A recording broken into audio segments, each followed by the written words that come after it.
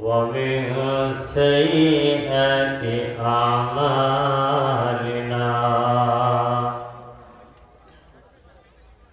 من يهد الله فهو المهتدي ومن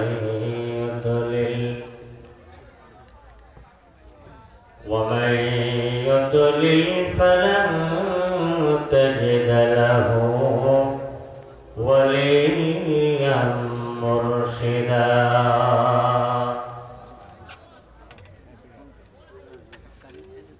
عما بعد فقد قال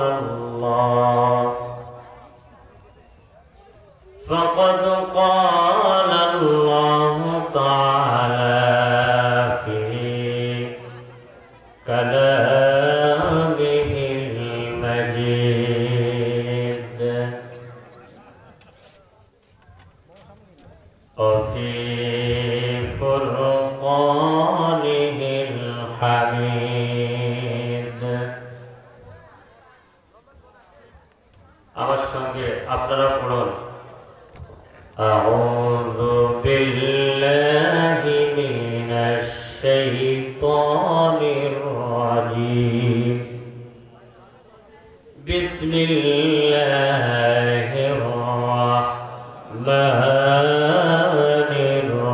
الرحيم يرفع الله الذين آمنوا منكم والذين أوتوا العلم درجات والله بما تعملون خبير صدق الله العظيم وصدق رسوله النبي الكريم ونحن على ذلك من الشاهدين والشاكرين والحمد لله رب العالمين. فمنها كان رسول الله صلى الله عليه وسلم إذا دخل رجب قال اللهم بارك لنا في رجب وشعبان وبلغنا رمضان. وقال رسول الله صلى الله عليه وسلم إن الله يرفع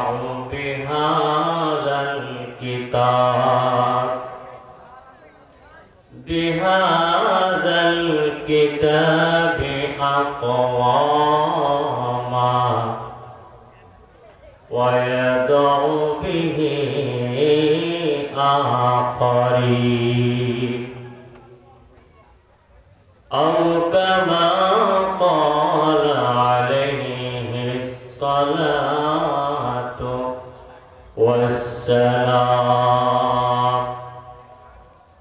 اللهم بارك اللهم صل على محمد وعلى آل محمد كما صليت على إبراهيم وعلى آل إبراهيم إنك إنك حميد مجيد اللهم بارك على محمد وعلى آل محمد كما باركت على إبراهيم وعلى آل إبراهيم إنك حميد مجيد بلغ العلا بكماله كشف الدجى بجماله حسنت جميع خصاله صلوا عليه وآله لا إله إلا الله لا إله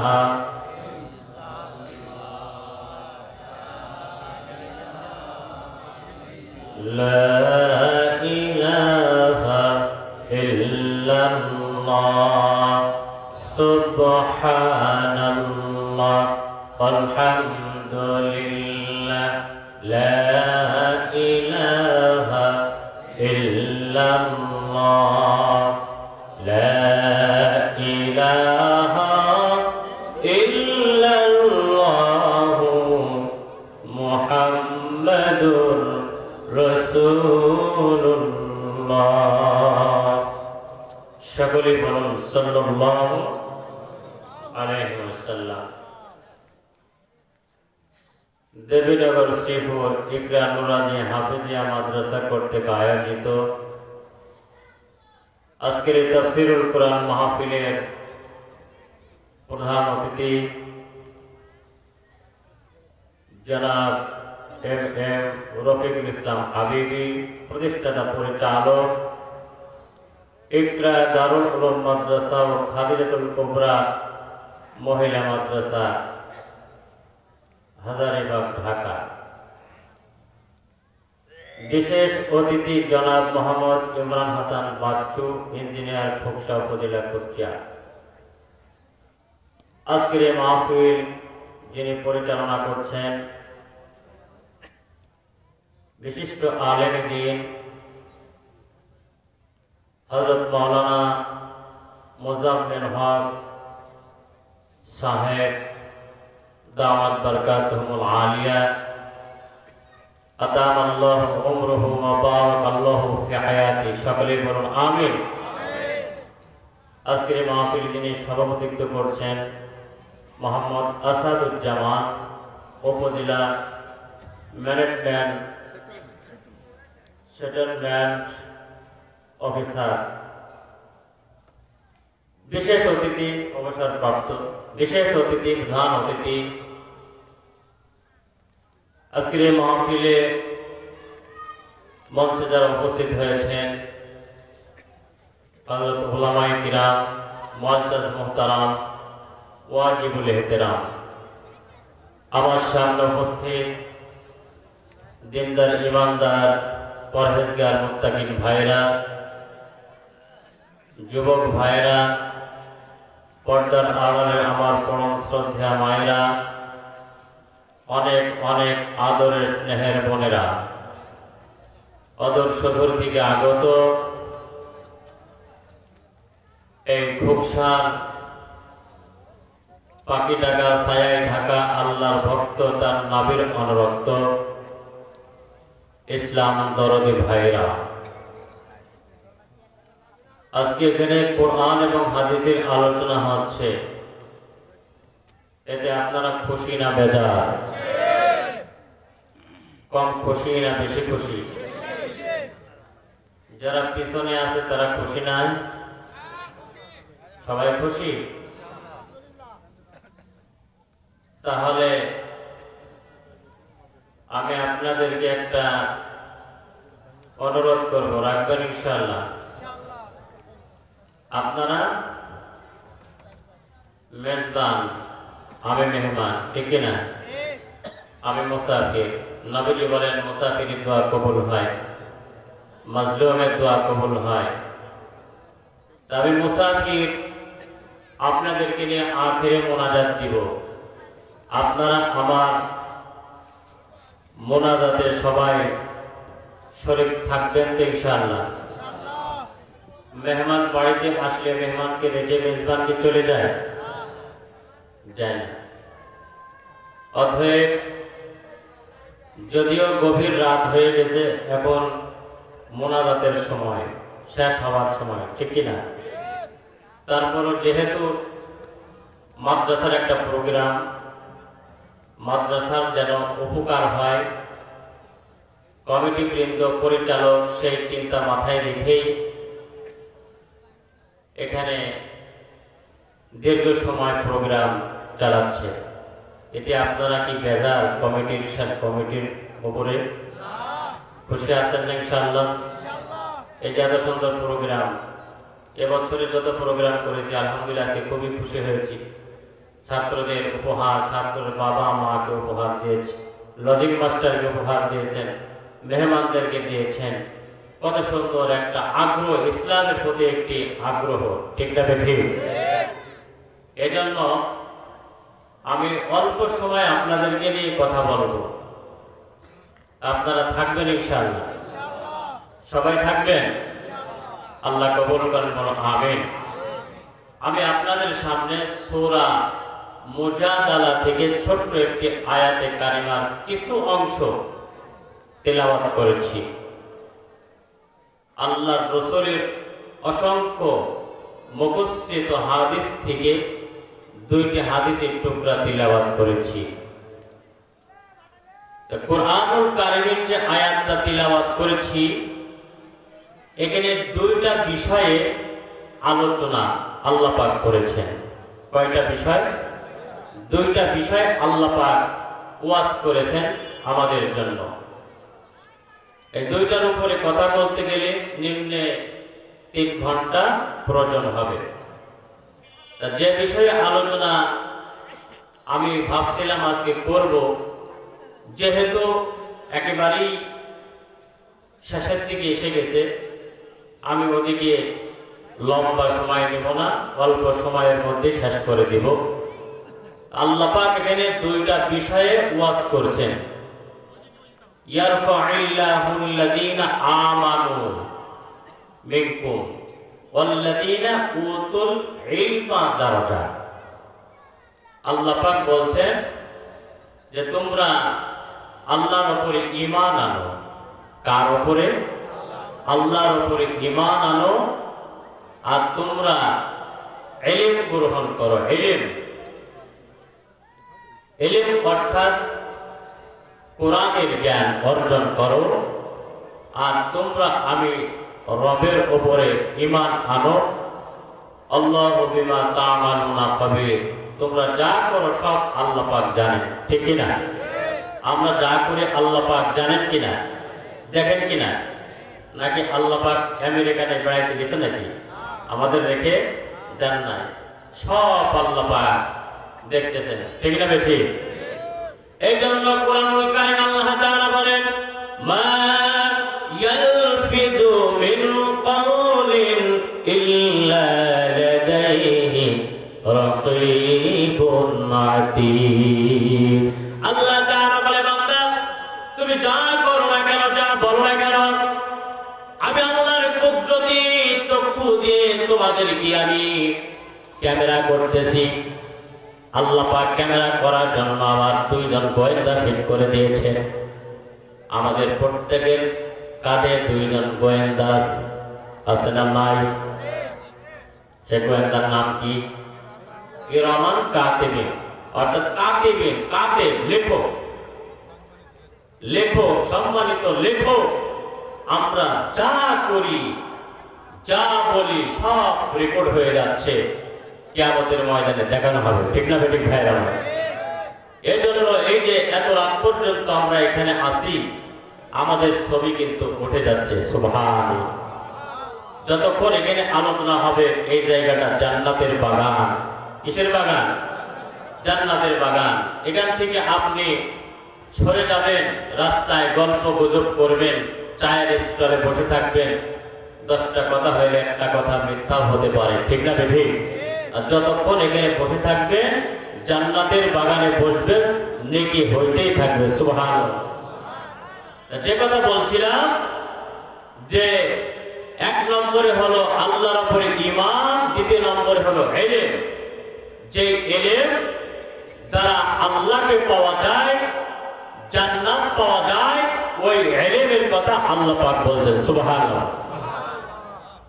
ওই ইলমের কথা আল্লাহ পাক বলছেন, যদি তোমরা এই 2টা জিনিস অর্জন করতে পারো, দরজা তোমাদের মর্যাদা আল্লাহ পাক বাড়িয়ে দিবেন। সুবহানাল্লাহ। তোমাদের মর্যাদা আল্লাহ পাক বাড়িয়ে দিবেন। সেটা হলো কোরআনের ইলম, কোরআনের জ্ঞান। কোরআন কি জিনিস আগে একটু বুঝি। এই পৃথিবীতে যতগুলো কিতাব আছে তার মধ্যে 1 নম্বরে সম্মানিত কিতাব হলো, তার নাম কি? তার নাম আল কোরআন। এই কোরআন পড়লে সওয়াব। এই কোরআন আপনি যতবার পড়বেন, একটা করে হরফ পড়বেন, 10টা করে আল্লাহ পাক নেকি দান করবে, ঠিক কি না?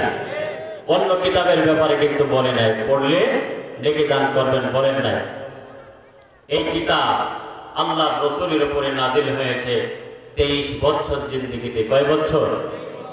মুসলমান ভাইরা আমার, বুখারী শরীফের প্রথম হাদিস, প্রথম চ্যাপ্টার, বাবুন কাইফা কানা ফাদলুল্লাহির ভিতরে আল্লাহর নবী বলেন 23 বছর জিন্দেগিতে আল্লাহ পাক রব্বুল আলামিন আমার প্রতি কিতাব নাজিল করেছেন। সুবহানাল্লাহ বলেন। আমার নবী, আপনার নবী, আল্লাহর নবী, বিশ্ব নবী, আখিরি পয়গম্বর। বুখারী শরীফের এই কিতাবুল্লাহির ভিতরে আল্লাহর নবীর কাছে জিবরিল আমিন 24,000 বার এসেছেন, 24,000 বার ওহী নাজিল করেছেন। অন্য কোন নবীদের উপরে এতবার নাজিল করেন নাই। কোন নবীর উপরে 10 বার, কোন নবীর উপরে 20 বার, 30 বার, কোন নবীর উপরে 40 বার। সর্ব মুসা নবীর কাছে 400 বার জিবরিল আমিন এসেছেন, কিন্তু আমার আপনার নবীর কাছে হাবিবে পয়গম্বর হাবিবে কিবরিয়ার কাছে জিবরিল আমিন 24,000 বার এসেছে। কতবার? 24,000 বার এসেছেন। বিভিন্ন প্রেক্ষাপট নিয়ে আল্লাহ পাক আল্লাহ রাসূলের উপরে কিতাব নাজিল করেছেন, কোরআন নাজিল করেছেন। সেই কোরআনের জ্ঞানের কথাই বলছেন, উতুল ইলমা, দরজা যদি এই ইলম তোমার ভিতরে থাকে তাহলে তোমার মর্যাদা আমি আল্লাহ বাড়াই দেব। সুবহানাল্লাহ। এই কোরআনের জ্ঞান।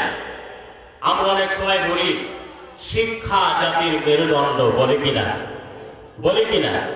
শিক্ষা জাতির মেরুদণ্ড আমি বলি, আমরা বলি, সবাই বলে, কিন্তু আসলে এখানে একটা জিনিস অ্যাড করতে হবে, আর একটা জিনিস বিয়োগ করতে হবে। সেটা হলো শিক্ষায় জাতির মেরুদণ্ড। এই কথাটা শুধু একমাত্র ইলমে ওহীর জ্ঞানের ব্যাপারে বলা হয়েছে। দুনিয়ার জাগতিক শিক্ষার ব্যাপারে শিক্ষায় জাতির মেরুদণ্ড, এই কথাটা 100% ভুল, ঠিক না বেটি ভাইরা আমার? বলবেন হুজুর এটা কেমন কথা? শিক্ষায় জাতির মেরুদণ্ড ভুল কেমন কথা? শিক্ষায় জাতির মেরুদণ্ড যদি হবে তাহলে আমি অন্য দেশের কথা বাদ দিলাম, বাংলাদেশের কথা বলি।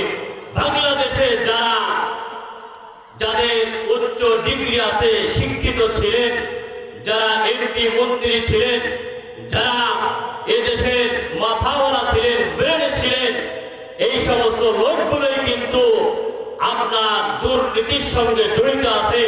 এই সমস্ত লোকগুলোই খুনির সঙ্গে জড়িত আছে, গুমের সঙ্গে জড়িত আছে, অন্যায়ের সঙ্গে জড়িত আছে, ঠিক না বেটি ভাইরা? যদি শিক্ষায় জাতির মেরুদণ্ড হয় তাহলে এই সমস্ত শিক্ষিত লোকগুলো কিভাবে অন্যায় করলো? বলে এই সমস্ত লোকগুলোকে অন্যায় করতে পারতো? মুসলমান ভাইরা আমার, শিক্ষাই জাতির মেরুদণ্ড, সব শিক্ষা নয়। যেই শিক্ষায় মানুষকে হত্যা করে, যেই শিক্ষায় স্বৈরাচারিতা শেখায়, যেই শিক্ষায় দুর্নীতি শেখায়, যেই শিক্ষায় মানুষদেরকে ধোঁকা দেওয়া শিক্ষায়, ওই শিক্ষা কখনো জাতির মেরুদণ্ড হইতে পারে না।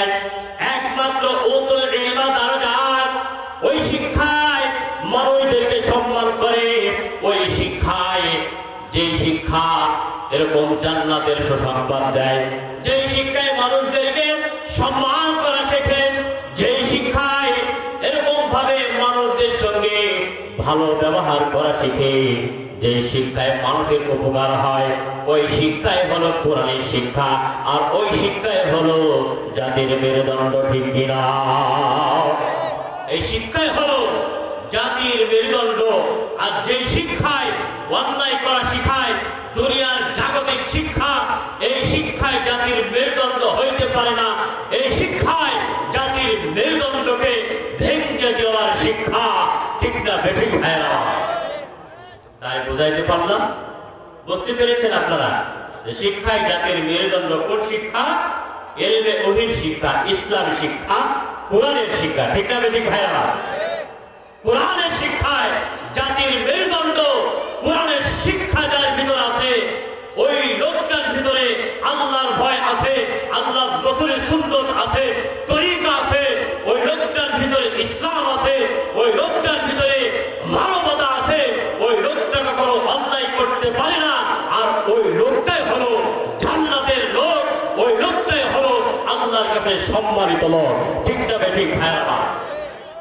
তাহলে শিক্ষায় জাতির মেরুদণ্ড কোন শিক্ষা? ইসলামী শিক্ষা। কোন শিক্ষা? ইসলামী শিক্ষা, নৈতিক শিক্ষা।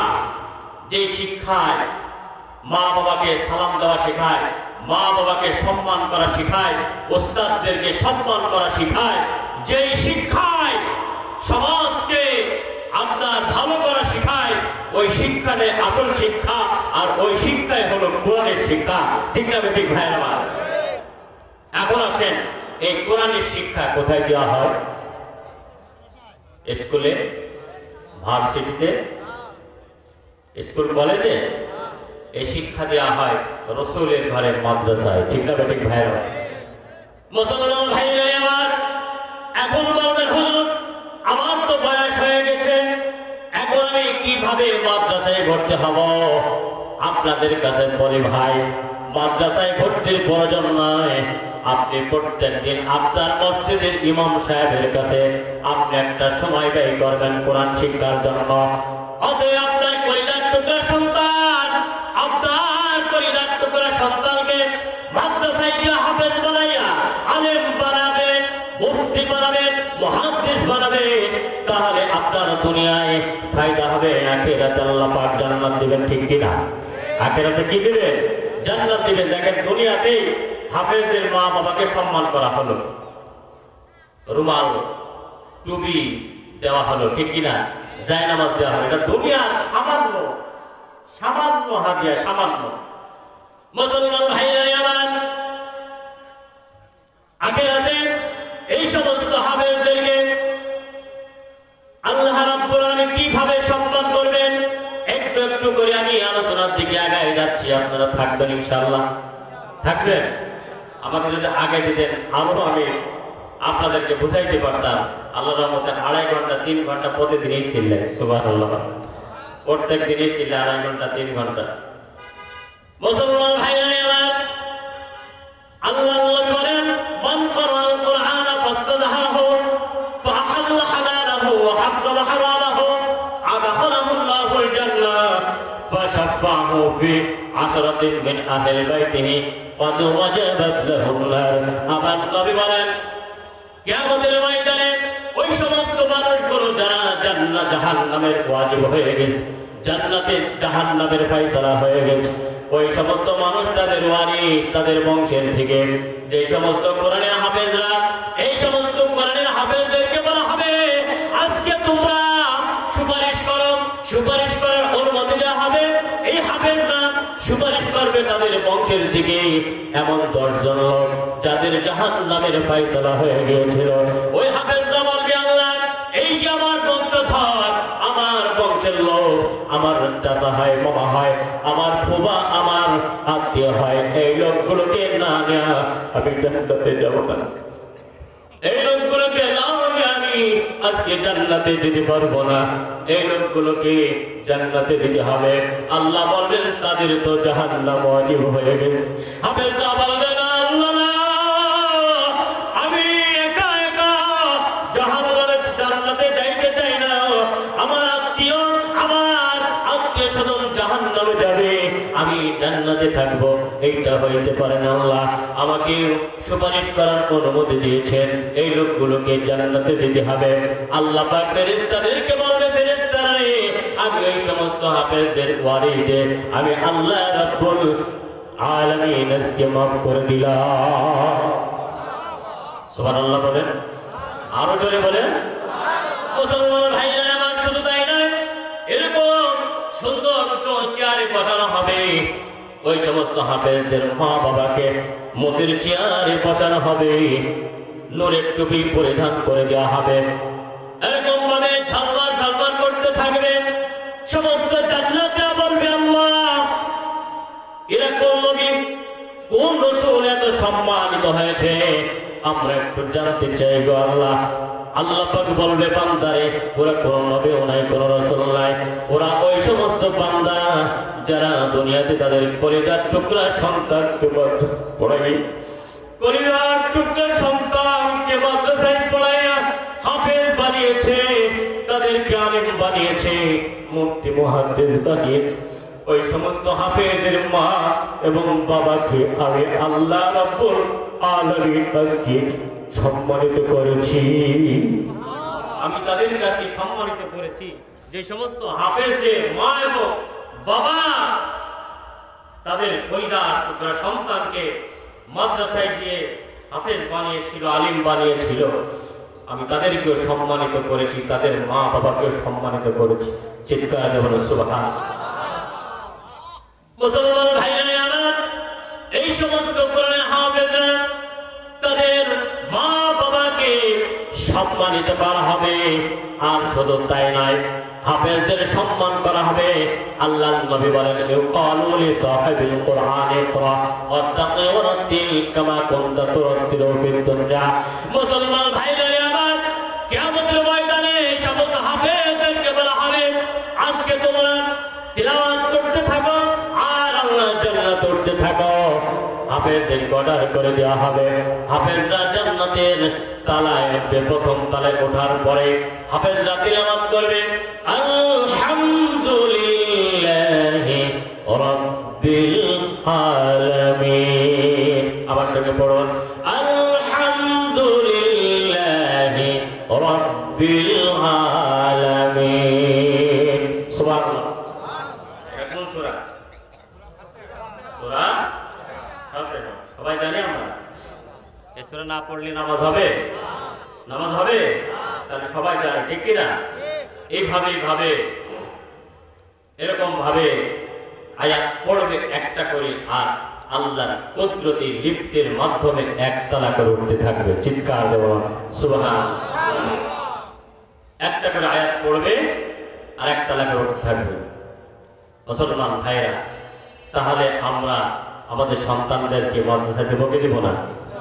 মুসলমান ভাইরা আমার, এই হাফেজদেরকে যখন বলা হবে জান্নাতের তলায় উঠতে থাকো, কোরআনের হাফেজ একটা করে তলায় উঠবে আর একটা করে আয়াত পড়বে আর একটা করে তলায় উঠবে। 6666 আয়াত যখন শেষ হয়ে যাবে, আল্লাহ পাক বলবেন, হে কোরআনের হাফেজ, জান্নাতের তলার দিকে তাকাই দেখো। জান্নাতের তলার দিকে তাকাই দেখবে 6666 তলায় উঠে গেছে। হাফেজদেরকে বলা হবে তালার দিকে তাকাও। তালার দিকে তাকানোর পরে দেখবে কিভাবে এত তলায় উঠলাম। বড় বড় মার্কেট যেমন লিফটের ব্যবস্থা থাকে, মুহূর্তের ভিতরে আপনার উঠে যায়, কিন্তু আল্লাহ জান্নাতের ভিতরে এমন লিফট থাকবে, একটা করে আয়াত পড়বে, একটা করে তলায় উঠবে। সুবহানাল্লাহ। একটা করে আয়াত পড়বে, একটা করে তলায় উঠতে থাকবে। তাহলে কোরআন তিলাওয়াত পড়লে সওয়াব, ঠিক না ঠিক ভাইরা আমার? হাফেজদের সম্মান, হাফেজের মা বাবাদের সম্মান আমরা যারা কোরআন পড়তে জানি না আমরা সবাই পড়বো তো ইনশাআল্লাহ, শিখবো তো। কোরআন পড়লে সব। আল্লাহ বলেন বাল্লা মুহারফুন বাল আলিফ মুহারফুন বাল মিম মুহারফুন, আয়াতে মুতাশাবিহাত হুরুফুল মুকাত্তাআত, যে আয়াতগুলো রয়েছে সংযুক্ত আয়াত বলা হয়, যেমন আলিফ লাম মিম, আলিফ লাম রা, এই সমস্ত আয়াতগুলো নবীজি আমার বলেন এই সমস্ত সংযুক্ত আয়াতের ভিতরে যে কোন অক্ষর থাকবে এক এক অক্ষরের বিনিময়ে আল্লাহ রাব্বুল আলামিন 10টা করে নেকি দান করবে। কয়টা করে নেকি? 10টা করে নেকি আল্লাহ পাক দান করবেন। সুবহানাল্লাহ বলেন। 10টা করে নেকি আল্লাহ পাক দান করতে থাকবেন। একটা করে হরফেতে 10টা করে নেকি। চলো না ভাই সবাই মিলে কোরআন পড়া শিখি, 5 ওয়াক্ত নামাজ পড়ো, কোরআন পড় ঘরে, মরার পরে কবর তোমার জ্বলবে খোদার নূরে। নারায়ে তাকবীর। তাহলে কোরআন পড়লে সওয়াব না গুনাহ? আমরা তো নাকি কোরআনও পড়ি না, অনেকে নামাজও পড়ি, ঠিক কি না? নামাজের সাথে নাই পরিচয়, নামাজের সাথে নাই পরিচয়, পড়ো না কোরআন, তুমি কেমন মুসলমান, তুমি কেমন মুসলমান। নামাজের সাথে পরিচয় নাই, কোরআন তো পড়ি না, ঠিক না বেঠিক ভাইরা? আসলে কোরআনের মর্যাদা আমরা এখনো বুঝি না, এখনো এই কোরআনের মর্যাদা, কোরআনের সম্মান, এই কোরআনের শক্তিও আমরা এখনো বুঝি না, ঠিক না বেঠিক ভাইরা? 1989 সালে ছোট্ট একটা এক্সাম্পল দিয়ে আমি আমার সামনের দিকে আগাই যাব। 1989 সালে আফগানিস্তান এবং রাশিয়ার সঙ্গে যখন যুদ্ধ হয়েছিল, 89 সালে আফগানিস্তান এবং রাশিয়ার রুশ বাহিনী আফগানিস্তানের সমস্ত মসজিদগুলো যখন ভেঙে দেওয়া শুরু করলো, মাদ্রাসাগুলো যখন ভেঙে দেওয়া শুরু করলো, ছোট্ট ছোট্ট কোরআন হাফেজদেরকে যখন তারা কতল করা শুরু করলো, মায়ের সামনে ছোট্ট বালেগা নাবালেগা নারীদেরকে ধর্ষণ করা শুরু করলো, ছোট্ট বালকদেরকে মা বাবার সামনে জবাই করে সে রক্ত মা বাবাকে খাওয়ানো হয়েছিল। 89 সালে রাশিয়ার রুশ বাহিনী এরকম ভাবে আফগানিস্তানে, ওই সময় একটা যুবক ছেলে নাম হলো আব্দুল্লাহ। নাম কি? আব্দুল্লাহ। নাম ভালো না খারাপ? এখানে আব্দুল্লাহ নাম কার আছে দেখি? আছে কে? আব্দুল্লাহ, আব্দুর রহমান আল্লাহর কাছে প্রিয় নাম। আমরা তো এখন নাম রাখি আজে বাজে, নামের ব্যাপারে আলোচনা করতে গেলে আরো আধা ঘন্টা লাগবে। যাই হোক ভাই আমার, এই আব্দুল্লাহ চিন্তা করলেন যে রাশিয়ার এই রুশ বাহিনীগুলো সব মেরে ধ্বংস করে দিচ্ছে, অতএব আমি একটু পালায়ে যাই, একটা কোরআন শরীফ নিয়ে আমি একটু পালিয়ে যাই, ভবিষ্যতে যদি কোনোদিন আবার এই দেশ শান্ত হয় সেই দিন এসে আমি মসজিদ করব, মাদ্রাসা করব। এই জন্য কোরআন শরীফ একটা বুকি করে নিয়ে রাতের আধারে চলে যাচ্ছে। যাইতে যাইতে চকের মাঝখানে, মাঠের মাঝখানে রাস্তা হারিয়ে ফেলেছে। দূরে দেখা যাচ্ছে একটা লাইট ঝলমল ঝলমল করতেছে, লাইটের আলো দেখা যায়, সেই দিকে ছুটছে। যাইতে যাইতে লাইটের কাছে যখন যায়, দেখে যে ওইটা হলো রাশিয়ার রুশ বাহিনীর ক্যাম্প। রুশ বাহিনীর ক্যাম্প, যেখানে আপনার কথা আছে না, যেখানে বাঘের ভয় সেখানে রাত। ক্যাম্পের সামনে যখন চলে গেছে, রুশ বাহিনী আসছে। আসার পরে রুশ বাহিনী বলছে তুমি কে? বলে আমি আব্দুল্লাহ। কোথায় থেকে আসছো? আফগানিস্তান থেকে। যাবে কোথায়? পাকিস্তান। তোমার বুকে ওটা কি? আমার বুকে আল্লাহর কোরআন। চিৎকার করুন সুবহানাল্লাহ। আমার বুকে আমার আল্লাহর কোরআন। মুসলমান ভাইরা আমার, রুশ বাহিনী যখন বলছে আব্দুল্লাহ তোমার এই কোরআনকে আমরা বিশ্বাস করি না, তোমরা বলো এই কোরআনের নাকি পাওয়ার আছে, এই কোরআনের নাকি শক্তি আছে। কি শক্তি আছে আমরা তো জানি না, আমরা দেখতে চাই। আমাদের এই ক্যাম্পের ভিতরে 18টি গাড়ি আছে, যদি তোমাদের এই কোরআন আমাদের গাড়িগুলো ধ্বংস করে দিতে পারে, আমরা বুঝবো তোমাদের কোরআন সত্য, তোমাদের আল্লাহ সত্য, তোমাদের রাসূল সত্য। হে আব্দুল্লাহ, আমাদের এই ক্যাম্পের ভিতরে 18টি গাড়ি আছে, যদি তোমরা এই গাড়িগুলো ধ্বংস করে দিতে পারো, তোমাদের এই কোরআন যদি এরকম ধ্বংস করে দিতে পারে, আমরা কথা দিলাম আব্দুল্লাহ তোমার হাতে কালেমা গ্রহণ করে মুসলমান হয়ে যাব, কালেমা গ্রহণ করে মুসলমান হয়ে যাব, ঈমান আনবো আল্লাহর প্রতি, তোমার রাসূলের প্রতি, ইসলামের প্রতি ঈমান আনবো, তোমাদের এই কোরআনকে বিশ্বাস করব। আব্দুল্লাহ বলে তোমরা কি সত্য কথা বলছো? ওয়াদা দাও। রুশ বাহিনী বলে আমরা ওয়াদা দিলাম তোমাদের এই কোরআন যদি আমাদের গাড়িগুলো ধ্বংস করে দিতে পারে অবশ্যই অবশ্যই আমরা ইসলাম গ্রহণ করব, আমরা ইসলাম গ্রহণ করব। কিন্তু কোরআনের বিরোধিতা করে যখন তারা কোরআনের আপনার ফজিলত পায়, কোরআনের শক্তি পায়, মুআজিজা পায়, তখন তারা আবার কোরআনের ছায়াতলে আসে। ঠিক না বেঠিক ভাইরা? আল্লাহ রাসূলের জামানায় নবীকে গালি দিয়েছে যারা, রাসূলের কোরআনকে বিশ্বাস করি নাই, সেই সমস্ত লোকগুলোই পরবর্তীতে ঈমান আনছে। ঠিক না বেঠিক ভাইরা? নবীকে গালি দিয়েছে, আবু বকরকে গালি দিয়েছে, ওমরকে গালি দিয়েছে, আল্লাহ রাসূলকে গালি দিয়েছে। আল্লাহ রাসূল তার 4টে মেয়ে ছিল এবং 3টা ছেলে ছিল। আমরা অনেকেই জানি যে নবীজির 4টা মেয়ে ছিল, ছেলের খবর অনেকে জানি না। জানি জানি আমি বিশ্বাস করে দিব? বলবো? তাহলে আমার সঙ্গে একটু কথা বলতে হবে। রাত্রে কেমন বাজে? 1:45। আমরা তো প্রতিদিনই 1টা 2টা 3টা জানি, আপনারা তো একদিন, ঠিক কিনা? 3টার সময় যদি খেলা দেয়, বাংলাদেশ ভারত ক্রিকেট খেলা, অনেক যুবক ভাইরা আছে জায়গা থেকে খেলা দেখার জন্য, আছে না নাই? আছে না নাই? জায়গা থাকে। দেখবেন ভারত বাংলাদেশ খেলা হচ্ছে, ভারতের ব্যাটিং এ আছে তামিম ইকবাল, 4টা রান দরকার, বল আছে একটা। কয়টা? একটা বল আছে, রান দরকার কয়টা? বোলিং এ আছে ভারত, ব্যাটিং এ আছে বাংলাদেশ, তামিম ইকবাল। এখন সবাই চিন্তায়, হায় হায়, বল তো একটা আছে, রান তো 4টের দরকার, এমনি তারা আমাদের শত্রু নাকি? এখন কি করা যায়?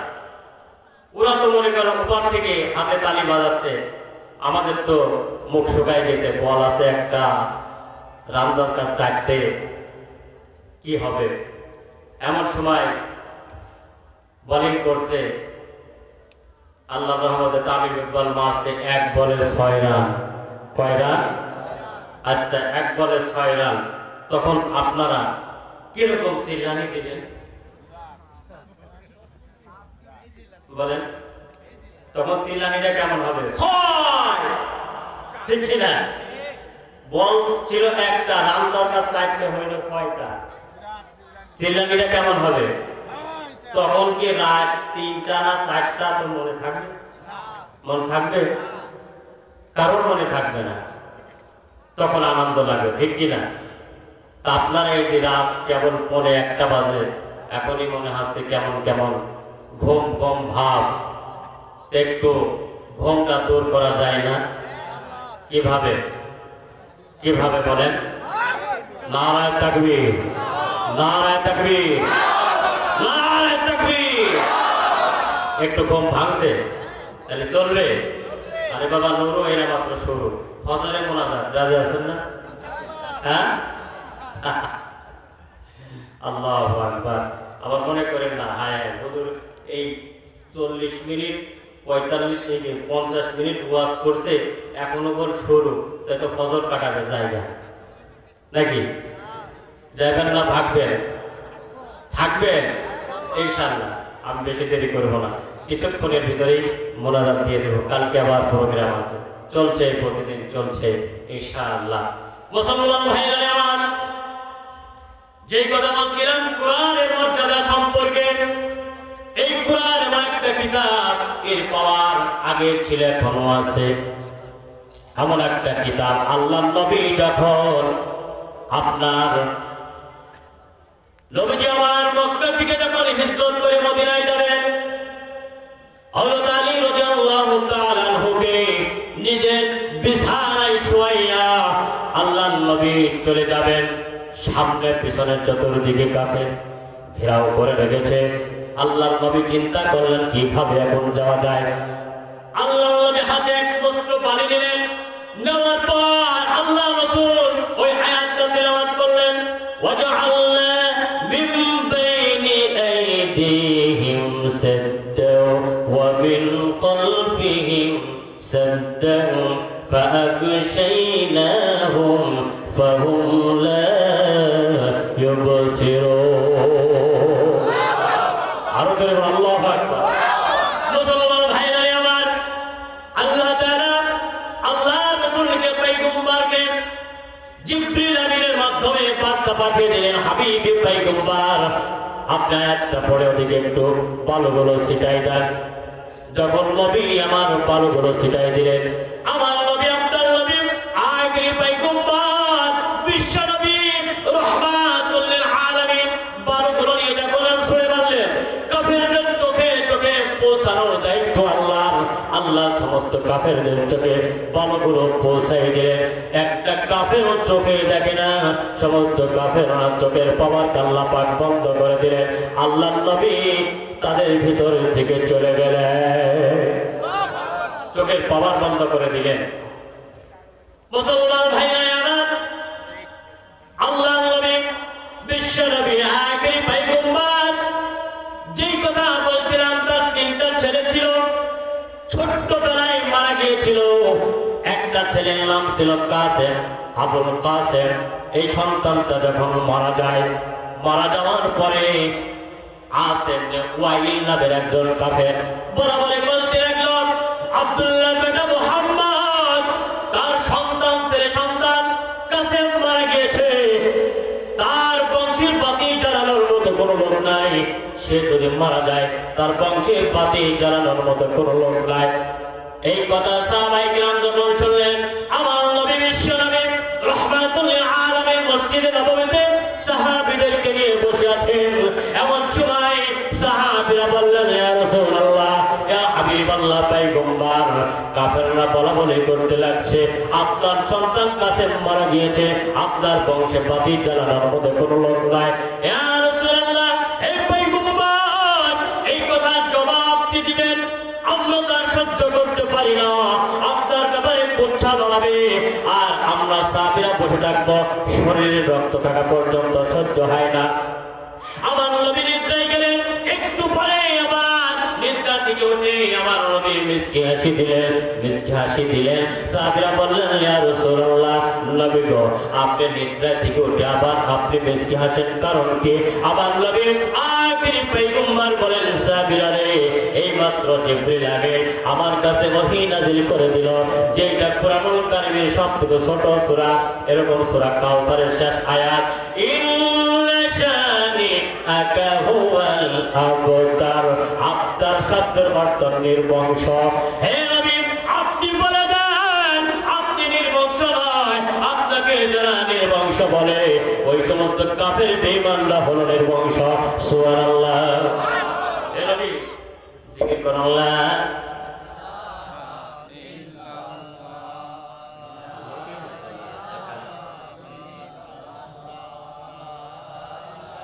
لا إله لا إله।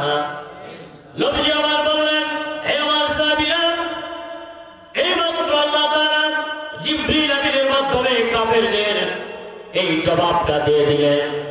আল্লাহ নবী বললেন, আল্লাহ তাআলা বলেছেন, আমি আবতার নয়, আমি নির্বংশধর নয়, ওই সমস্ত কাফেররা হলো নির্বংশধর, আমি নির্বংশ নয়। দেখবেন কিয়ামত পর্যন্ত আমার রাসূলের উম্মত থাকবে, কিয়ামতের আগ পর্যন্ত যত মানুষ আসবে সমস্ত মানুষ রাসূলের ওয়ারিস, আর সমস্ত উলামায়ে কিরাম রাসূলের বংশধর। ঠিক না ঠিক ভাই? সমস্ত উলামায়ে কিরাম রাসূলের বংশধর। আজ পর্যন্ত যতদিন কিয়ামত থাকবে, কিয়ামত না হবে, ততদিন রাসূলের গুণগান, রাসূলের সুন্নাত, আল্লাহর হুকুম পালন করবে। ঠিক না ঠিক ভাইরা আমার? কিন্তু যারা আমার রাসূলকে আবতার বলেছিল, নির্বংশ বলেছিল, সেই সমস্ত বড় বড় কাফের, আবু জাহেল, উতবা, শাইবা, নমরুদ, উমাইয়া ইবনে খালদ, এই সমস্ত বড় বড় কাফেরদের বংশধর আজ পর্যন্ত নয়। ঠিক না ঠিক ভাইরা? কেউ কি বলছে আজ পর্যন্ত নিজেকে গর্ব করে, হ্যাঁ, অহংকারের সাথে আমি আবু জাহেলের বংশধর বলছে, আবু লাহাবের বংশধর বলছে? বললে আপনারা সম্মান করবেন? ফুলের মালা দিবেন না জোতার মালা? আবু জাহেলের বংশ কিয়ামত পর্যন্ত আসবে না। আল্লাহ বলেন আবতার, এরবে আপনি আবতার নয়, ওরাই আবতার, ওরাই নির্বংশধর, ওদের বংশ খুঁজে পাওয়া যাবে না। আমার হাবিবের বংশ কিয়ামত পর্যন্ত থাকবে। ঠিক না বেটি ভাইয়া?